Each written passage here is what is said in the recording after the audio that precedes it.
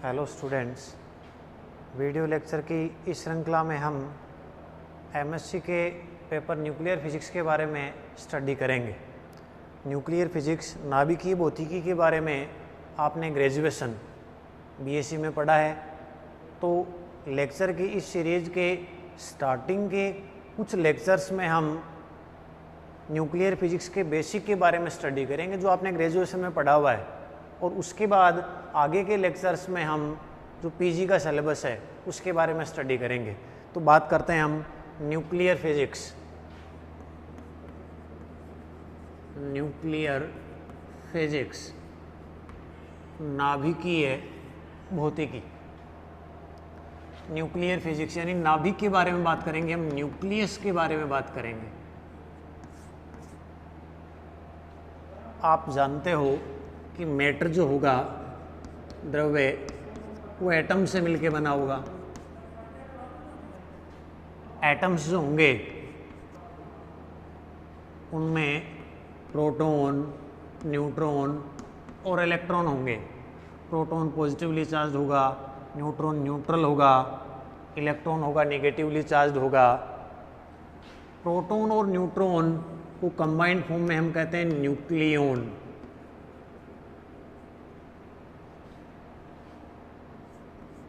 Nucleon होंगे proton और neutron. तो एटम के जिस पार्ट में ये न्यूक्लियॉन रहेंगे, मतलब प्रोटॉन और न्यूट्रॉन रहेंगे, वो क्या कहलाएगा? न्यूक्लियस।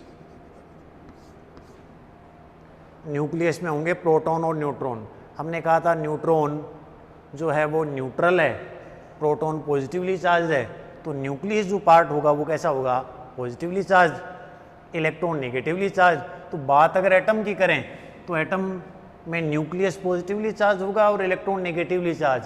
तो एटम में जितना पॉजिटिव चार्ज होगा उतना ही नेगेटिव चार्ज होगा। यानी ये कह सकते हैं कि जो एटम होगा वो इलेक्ट्रिकली न्यूट्रल होता है। अब हम यहाँ बात ये करेंगे कि न्यूक्लियस की डिस्कवरी कैसे हुई। सबसे पहले न्यूक्लियस के बारे में कैसे फाइंड आउट किया गया कि न्यूक्लियस क्या होता है, कैसे उस पर चार्ज होता है, कौन कौन से उसके एलिमेंट्स होते हैं। इसके लिए हम बात कर रहे हैं, हम ये कह रहे हैं कि न्यूक्लियस एटम का एक पार्ट है। तो बात एटम की करें तो एटम के बारे में सबसे पहले 19वीं जो सेंचुरी है उसके प्रारंभ में, इनिशियल पार्ट में, जॉन डोल्टन ने अपना प्रिंसिपल दिया एटम के बारे में। अर्ली 19वीं सेंचुरी में जॉन डोल्टन ने एटम के बारे में अपना कंसेप्ट दिया कि एटम क्या होता है, एटम को डिस्क्राइब किया। फिर उसी कड़ी में आगे 1897 में जे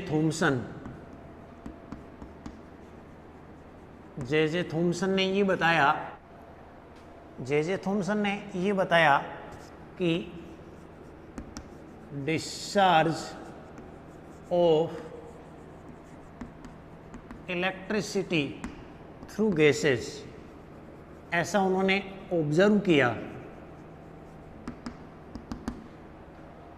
कि गैसों के थ्रू इलेक्ट्रिक डिस्चार्ज, या ऐसे कह दें कि गैसों में जो विद्युत विसर्जन है, इलेक्ट्रिक डिस्चार्ज, उसके प्रोसेस के बारे में बताया। और इसके प्रोसेस के आधार पे उन्होंने इलेक्ट्रॉन की डिस्कवरी की, नेगेटिव चार्ज पार्टिकल इलेक्ट्रॉन की डिस्कवरी की। इसी सिस्टम को आगे बढ़ाते हुए 1898 में जे थॉमसन ने एक एटॉमिक मॉडल दिया। एटॉमिक मॉडल जिसे थॉमसन्स एटॉमिक मॉडल कहा जाता है। एटम के बारे में अपना एक मॉडल दिया।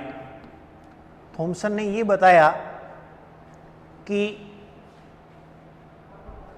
एटम जो है एक स्फीयर की भांति होता है, उसमें पॉजिटिव चार्ज यूनिफॉर्मली डिस्ट्रीब्यूटेड होता है।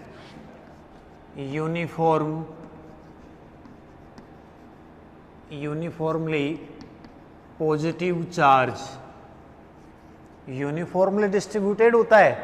और क्योंकि एटम है वो न्यूट्रल होता है, इसलिए उसको न्यूट्रल करने के लिए उसमें नेगेटिव चार्ज इंजेक्टेड होते हैं। पॉजिटिव चार्ज का यूनिफॉर्म डिस्ट्रीब्यूशन और ये होगा injection of electrons, negative charges. ये जो यूनिफॉर्मली स्फीयर उन्होंने कंसिडर किया, उन्होंने ये कहा कि इसकी जो साइज है अप्रोक्सीमेटली 10⁻⁻10 मीटर, या कहा जाता है 1 एंगस्ट्रॉम होती है। इसी एटम की स्ट्रक्चर उन्होंने कंपेयर करके ये कहा कि ये जो मॉडल है जिसमें पॉजिटिव चार्ज का यूनिफॉर्म डिस्ट्रीब्यूशन है, नेगेटिव चार्जेस इंजेक्टेड हैं, तो इस मॉडल को एक नया नाम दिया, उसको कहा जाता है plum pudding model. Plum pudding model, क्योंकि इसकी स्ट्रक्चर कुछ ऐसे थी कि पुडिंग्स, यानी पुडिंग्स जैसे ये हो गया पॉजिटिव चार्ज का यूनिफॉर्म डिस्ट्रीब्यूशन, और उसमें प्लम्स जो होंगे वो इलेक्ट्रॉन्स, नेगेटिव चार्जेस अगर इंजेक्टेड होंगे तो उस टाइप की स्ट्रक्चर होगी, इसलिए इस मॉडल को कहा गया प्लम पुडिंग मॉडल। अब ये जो मॉडल था वो एटम की कई प्रॉपर्टीज को स्पेसिफाई कर पाया, लेकिन फिर भी इस मॉडल में कुछ कमियां रही। ये कई एटम के बारे में कई जानकारी नहीं दे पाया, इसलिए एटम के बारे में और ज़्यादा जानकारी अचीव करने के लिए एक्सपेरिमेंट जो स्टार्ट किया वो 1906 में रदरफोर्ड ने स्टार्ट किया। Rutherford alpha scattering experiment. Alpha scattering का एक्सपेरिमेंट एटम के बारे में इंफॉर्मेशन अचीव करने के लिए रदरफोर्ड ने स्टार्ट किया। इसी एक्सपेरिमेंट को आगे रदरफोर्ड के दो सहयोगियों गाइगर एंड मोर्सडन ने आगे बढ़ाया। 1909 में गाइगर और मोर्सडन ने अल्फा स्कैटरिंग एक्सपेरिमेंट जो था, अल्फा स्कैटरिंग एक्सपेरिमेंट, इसको आगे बढ़ाया। इस एक्सपेरिमेंट के बेसिस पे उन्होंने कुछ कंक्लूजन निकाले। पहले बात ये करते हैं कि उनका एक्सपेरिमेंट क्या था, क्या उनका एक्सपेरिमेंटल सेटअप था और उसके बेसिस पे उनको क्या इंफॉर्मेशन मिली। गाइगर मोर्सडन के एक्सपेरिमेंटल सेटअप की बात करूं तो उन्होंने एक अल्फा पार्टिकल का सोर्स लिया। यहां ये है alpha particle source. For example जैसे उन्होंने ले लिया 83 बिस्मिथ 214, अल्फा पार्टिकल का सोर्स लिया। अल्फा पार्टिकल का सोर्स है तो यहाँ से अल्फा पार्टिकल निकलेंगे। उन अल्फा पार्टिकल को कोलिमेटेड करने के लिए, अलाइन करने के लिए इनको पीबी ब्रिक्स इनमें से गुजारा, ताकि यहाँ से जो अल्फा पार्टिकल आएंगे इधर उधर वाले, उनको ये पीबी की जो ब्रिक्स हैं वो एब्जॉर्ब कर लेगी और जो इस डायरेक्शन में रहेंगे को केवल वो होंगी। यानी यहाँ से कोलिमेटेड अल्फा पार्टिकल्स अपने को मिलेंगे। उन कोलिमेटेड अल्फा पार्टिकल्स को उन्होंने एक एयू फॉयल, अलग अलग किसी मेटल की ले सकते हैं, सोने की एक फॉयल ली, उस पर इंसिडेंट करवाया। ये जो एयू फॉयल ली उसकी विड्थ अप्रोक्सीमेटली 10⁻⁻7 मीटर के आसपास थी, और यहाँ ये जो अल्फा पार्टिकल इंसिडेंट हो रहे हैं उनकी energy approximately 5.5 mega electron volt थी। अब यहाँ से अल्फा पार्टिकल इससे स्कैटर्ड होने के बाद किस डायरेक्शन में जाएंगे उनको ऑब्जर्व करने के लिए उन्होंने एक डिटेक्टर काम में लिया। उस डिटेक्टर में एक zinc sulphide screen, ZNS screen, और साथ में एक माइक्रोस्कोप। माइक्रोस्कोप थी। ये जो पूरा सिस्टम है वो था एक डिटेक्टर, अल्फा पार्टिकल्स को डिटेक्ट करने के लिए, क्योंकि जैसे ही अल्फा पार्टिकल इस ZNS स्क्रीन पे टकराएंगे तो वहाँ सिंटिलेशन होगा, चमक उत्पन्न होगी और उसको इस माइक्रोस्कोप के थ्रू देख लिया जाएगा। तो इसके बेसिस पे किसी पर्टिकुलर डायरेक्शन में आने वाले नंबर ऑफ अल्फा पार्टिकल्स हम कैलकुलेट कर सकते हैं। तो इस एक्सपेरिमेंट में उन्होंने ऑब्जर्व किया कि अल्फा पार्टिकल्स इस डायरेक्शन में, जैसे अल्फा पार्टिकल्स जा रहे थे, कुछ अल्फा पार्टिकल्स इधर भी जा रहे थे, कुछ अल्फा पार्टिकल्स इधर भी जा रहे थे, और कुछ ऐसे भी थे जो जिस डायरेक्शन में आ रहे थे उससे अपोजिट डायरेक्शन में जा रहे थे। अगर मैं ये कंसिडर करूं अल्फा पार्टिकल इधर इंसिडेंट हो रहे हैं, तो जो इसकी डायरेक्शन में जा रहे हैं उनका तो स्कैटरिंग एंगल हो जाएगा वो 0 डिग्री हो जाएगा। इसका जैसे मैं थीटा कंसिडर कर लूँ, क्योंकि इंसिडेंट डायरेक्शन है, ये स्कैटर डायरेक्शन है, तो ये जो थीटा है वो लेस देन 90 हो गया। इसकी बात करूँ तो इसके लिए जो थीटा होगा वो हो जाएगा ग्रेटर देन 90 डिग्री, और अगर अपोजिट डायरेक्शन में जा रहा है तो उसके लिए थीटा की जो वैल्यू है वो हो जाएगी 180 डिग्री। अब ये जो एक्सपेरिमेंट उन्होंने किया, उससे जो कंक्लूजन उन्होंने निकाला, उसके बेसिस पे एक ग्राफ प्लॉट किया उन्होंने। वो जो ग्राफ था इधर तो कंसिडर कर रहा हूं एन थीटा, यानी number of alpha particle scattered at angle theta, और इधर वो थीटा कंसिडर कर रहा हूं जिस पे स्कैटर्ड हो रहे हैं, स्कैटरिंग एंगल। तो उन्होंने ऑब्जर्व किया कि ये जो ग्राफ है वो कुछ इस टाइप का मिला, जैसे ये 0 डिग्री, ये फिर 1, सॉरी ये कंसिडर कर लूँ 10, फिर 20, ऐसे ये हो गया 180, बीच में कहीं 90 हो गया। इस टाइप का ग्राफ मिला, स्कैटर्ड एंगल, स्कैटरिंग एंगल कह दूं, और जिस किसी पर्टिकुलर एंगल पे स्कैटरिंग होने वाले अल्फा पार्टिकल्स की संख्या। देखो इस ग्राफ से ये हो रहा है कि जब स्कैटरिंग एंगल का मान 0 से थोड़ा ज़्यादा, मतलब जैसे 1 डिग्री के आसपास है, तब number of scattered alpha particles की संख्या सबसे ज़्यादा है। जैसे जैसे थीटा इंक्रीज होता जा रहा है ये कम होता जा रहा है, और 180 पे बहुत ही कम है। एग्जैक्ट यहाँ से कंक्लूजन जो उन्होंने निकाला तो ये बताया कि ज़्यादातर जो अल्फा पार्टिकल्स हैं उनका जो स्कैटरिंग एंगल है वो 1 डिग्री से क्या होता है, स्मॉल। मतलब ऐसे कहूँ कि जैसे अल्फा पार्टिकल इस डायरेक्शन में आ रहे थे, तो इस डायरेक्शन में अगर जाएंगे तो 0 डिग्री हो गया, तो इससे 1 डिग्री से कम, तो मोस्ट ऑफ अल्फा पार्टिकल्स थे उनका जो स्कैटरिंग एंगल था वो 1 डिग्री था। और ये जो अल्फा पार्टिकल्स है वो अप्रोक्सीमेटली 99.86% थे। मतलब इतने पार्टिकल तो ऑलमोस्ट उसी डायरेक्शन में जा रहे हैं, उनका डेविएशन क्या था, 1 डिग्री के आसपास। इसका मतलब बाकी जो बच गए अप्रोक्सीमेटली 0.14% वो जो अल्फा पार्टिकल्स थे उनका जो स्कैटरिंग एंगल था वो 1 डिग्री से क्या था, बड़ा था। मतलब 1 डिग्री से ज़्यादा पर वो स्कैटर्ड हो रहे थे। फिर यहाँ से इंफॉर्मेशन ये भी मिली कि अराउंड 8000 अल्फा पार्टिकल्स में से एक अल्फा पार्टिकल, या ऐसे कह दूँ इसको 1/8000 अल्फा पार्टिकल ऐसे थे जो 90 डिग्री से ज़्यादा पे स्कैटर्ड हो रहे थे। ये इंसिडेंट डायरेक्शन है, ये स्कैटर डायरेक्शन है, ये वाला एंगल 90 से बढ़ा, ये 1/8000, अराउंड 8000 में से 1 ऐसे थे जो 90 से ज़्यादा पे स्कैटर्ड हो रहे थे। और कुछ ऐसे, इनको उन्होंने बताया कि अराउंड 10⁶ से 1, मतलब 1/10⁶ कह दूँ, अराउंड 10⁶ अल्फा पार्टिकल्स में से एक ऐसा भी था जो जिस डायरेक्शन में जा रहा था उसी डायरेक्शन में वापस आ रहा था, या ऐसे कह दूं कि 180 डिग्री पर वो क्या हो रहा था, स्कैटर्ड।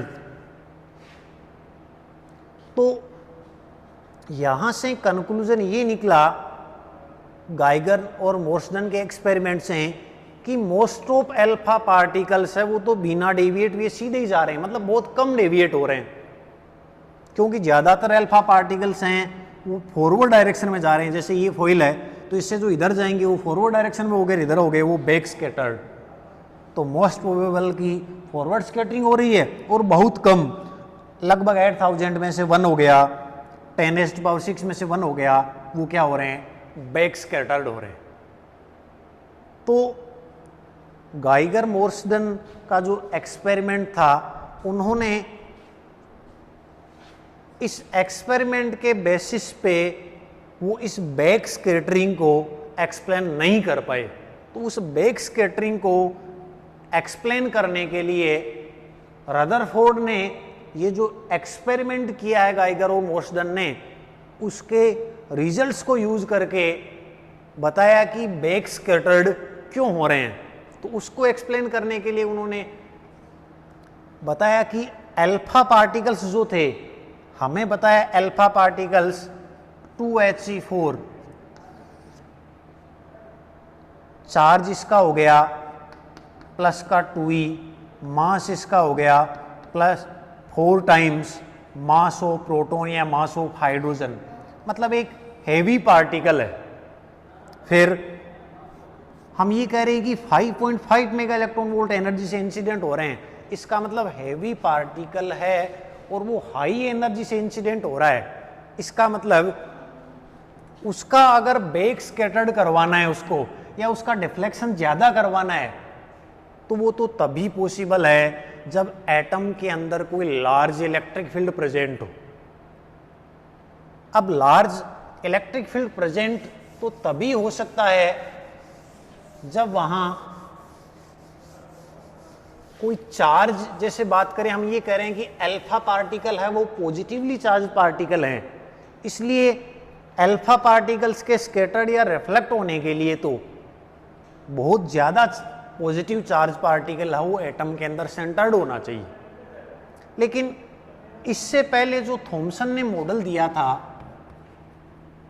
उसके बेसिस पे भी ये चीज़ हम एक्सप्लेन नहीं कर पाए, क्योंकि थॉमसन ने ये कहा था कि पॉजिटिव चार्ज का यूनिफॉर्म डिस्ट्रीब्यूशन होता है। तो अगर मैं पॉजिटिव चार्ज का यूनिफॉर्म डिस्ट्रीब्यूशन कंसिडर करूं, मान लिया ये कोई स्फीयर है, इसमें पॉजिटिव चार्ज पूरे में है, चार्ज डेंसिटी में रो कंसिडर कर लूं, इसकी सरफेस पे यहाँ अगर मैं इलेक्ट्रिक फील्ड लिखूं E एट सरफेस, तो वो होगा 1/4 पाई एप्सिलॉन नॉट चार्ज क्यों upon capital R square, capital R थी इसकी रेडियस। यूनिफॉर्मली सॉलिड स्फीयर के इलेक्ट्रिक फील्ड से आप जानते हो कि अंदर जो इलेक्ट्रिक फील्ड होता है वो सेंटर से डिस्टेंस के प्रोपोर्शनल होता है। इनसाइड अगर मैं कहूँ तो इनसाइड होता है प्रोपोर्शनल टू R है सेंटर से डिस्टेंस, इसका मतलब सेंटर पे 0 हो गया। जैसे जैसे डिस्टेंस बढ़ रही है, ये बढ़ रहा है, और जैसे ये सरफेस पे पहुंच जाएगा, ये क्या हो गया, मैक्सिमम। और जब बाहर E आउटसाइड की बात करूं तो E आउटसाइड होता है प्रोपोर्शनल टू 1/R स्क्वायर, इसका मतलब बाहर जाने पे जैसे जैसे डिस्टेंस बढ़ेगी इलेक्ट्रिक फील्ड कम होगा। तो यहाँ से यहाँ तक बढ़ रहा है फिर कम हो रहा है, इसका मतलब मैक्सिमम जो इलेक्ट्रिक फील्ड है वो कहाँ हो गया, सरफेस पे। तो इलेक्ट्रिक फील्ड की जो वैल्यू मैक्सिमम पॉसिबल हो सकती है वो इसमें कहाँ होगी, सरफेस पे। अब अगर थॉमसन के एक्सपेरिमेंट के अकॉर्डिंग उन्होंने ये कहा था कि रेडियस है वो अराउंड 10⁻⁻10 मीटर होगी, तो 10⁻⁻10 मीटर पुट करके यहाँ जब इलेक्ट्रिक फील्ड आप कैलकुलेट करोगे तो वो इलेक्ट्रिक फील्ड इतना स्ट्रॉन्ग नहीं होगा कि वो हाई एनर्जेटिक अल्फा पार्टिकल्स को डिफ्लेक्ट कर दे। इसका मतलब इलेक्ट्रिक फील्ड और स्ट्रॉन्ग होना चाहिए, और स्ट्रॉन्ग होने के लिए इस रेडियस का मान अगर हम और कम करें तो ये क्या हो जाएगा, स्ट्रॉन्ग। तो अगर रेडियस को अराउंड इससे 10⁵ टाइम्स डिक्रीज कर दें, यानी ऐसे कहूं कि रेडियस अराउंड 10⁻⁻14 टू 10⁻⁻15 मीटर कर दें, तब जो इलेक्ट्रिक फील्ड है वो इतना स्ट्रॉन्ग होगा कि वो हाई एनर्जेटिक अल्फा पार्टिकल्स को डिफ्लेक्ट कर दे, स्कैटर्ड कर दे। यानी रदरफोर्ड ने ये कंक्लूजन निकाला कि हाई एनर्जेटिक अल्फा पार्टिकल्स के लार्ज एंगल स्कैटरिंग के लिए यह रिक्वायर्ड होगा कि ये जो पॉजिटिव चार्ज का आपने डिस्ट्रीब्यूशन यूनिफॉर्म माना है वो न्यूक्लियस के अंदर किसी इस रेडियस वाले पार्ट में कंसंट्रेट रहे, तब जो इलेक्ट्रिक फील्ड प्रोड्यूस होगा वो उन अल्फा पार्टिकल्स को डिफ्लेक्ट कर देगा। यानी अगर ऐसा हो कि ये जो पॉजिटिव चार्ज हैं वो अगर अराउंड 10⁻⁻14 टू 10⁻⁻15 मीटर पार्ट में कंसंट्रेट हो जाएं, जैसे फॉर एग्जांपल हमने कहा था एटम जो है, एटम की जो साइज है वो अराउंड 10⁻⁻10 मीटर है। इस एटम के सेंटर में अराउंड 10⁻⁻15 मीटर जो रीजन है रेडियस का, उसमें अगर ये सारा पॉजिटिव चार्ज एक जगह हो जाए, तब उसके द्वारा जो इलेक्ट्रिक फील्ड प्रोड्यूस होगा वो इन हाई एनर्जेटिक अल्फा पार्टिकल्स को लार्ज एंगल से स्कैटर्ड करने के लिए सफिशिएंट होगा। यानी कंक्लूजन ये निकला कि रदरफोर्ड ने ये कहा कि एटम का सारा पॉजिटिव चार्ज उसके सेंटर में एक छोटे से रीजन में सेंटर्ड होता है, और वो जो छोटा सा रीजन है पॉजिटिव रीजन उसको कहा जाता है न्यूक्लियस। इस टाइप से रदरफोर्ड ने न्यूक्लियस की डिस्कवरी की। अब एटम के बारे में हम ये पहले ही बात कर चुके हैं कि एटम में प्रोटॉन, न्यूट्रॉन और इलेक्ट्रॉन होते हैं। इलेक्ट्रॉन जो होंगे वो इस न्यूक्लियस के अराउंड ऑर्बिट्स में मूव करते रहेंगे, जबकि प्रोटॉन और न्यूट्रॉन हैं वो किसके अंदर होंगे? न्यूक्लियस के अंदर। अब प्रोटॉन के लिए हमने कहा था ये पॉजिटिव चार्ज पार्टिकल होता है, न्यूट्रॉन को हमने कहा था ये न्यूट्रल होता है। तो ओवरऑल जो न्यूक्लियस है वो एक पॉजिटिवली चार्ज स्पीशीज होती है। सेकंड, अगर हम ये बात करें मास की, तो प्रोटॉन, न्यूट्रॉन और इलेक्ट्रॉन, प्रोटॉन और न्यूट्रॉन का मास लगभग बराबर होता है। इलेक्ट्रॉन का जो मास है वो प्रोटॉन का अराउंड 1/1836, यानी ऐसे कह दूं कि मास ऑफ जो प्रोटॉन होगा around 1836 into mass of electron. तो इलेक्ट्रॉन है वो प्रोटॉन के कंपैरेटिवली बहुत ही लाइट पार्टिकल है। प्रोटॉन और न्यूट्रॉन का मास ऑलमोस्ट सेम है और दोनों ही कहाँ होते हैं? न्यूक्लियस में। तो ऐसा कहा जा सकता है कि जो एटम है उसका ऑलमोस्ट मास वो न्यूक्लियस में ही सेंटर्ड होता है। तो यानी ऐसा कह सकते हैं कि एटम का कंप्लीट पॉजिटिव चार्ज और ऑलमोस्ट मास जिस रीजन में सेंटर्ड होगा वो रीजन ही क्या कहलाएगा? न्यूक्लियस। इस टाइप से रदरफोर्ड ने न्यूक्लियस की डिस्कवरी के बारे में बताया। अब आगे की क्लासों में हम न्यूक्लियस की कुछ जनरल प्रॉपर्टीज के बारे में स्टडी करेंगे। वैसे मैंने लेक्चर के स्टार्टिंग में आपको बताया था कि ये जो प्रॉपर्टीज है आपने 11th-12th में या ग्रेजुएशन लेवल पे स्टडी किया है, लेकिन पीजी पे हम थोड़ा एडवांस टॉपिक के बारे में बात करेंगे। लेकिन एडवांस टॉपिक के बारे में बात करने से पहले हम जो बेसिक प्रॉपर्टीज है न्यूक्लियस उनके बारे में थोड़ा थोड़ा स्टडी करेंगे और उसके बाद पीजी के टॉपिक स्टार्ट करेंगे। आज की क्लास के लिए इतना ही। धन्यवाद।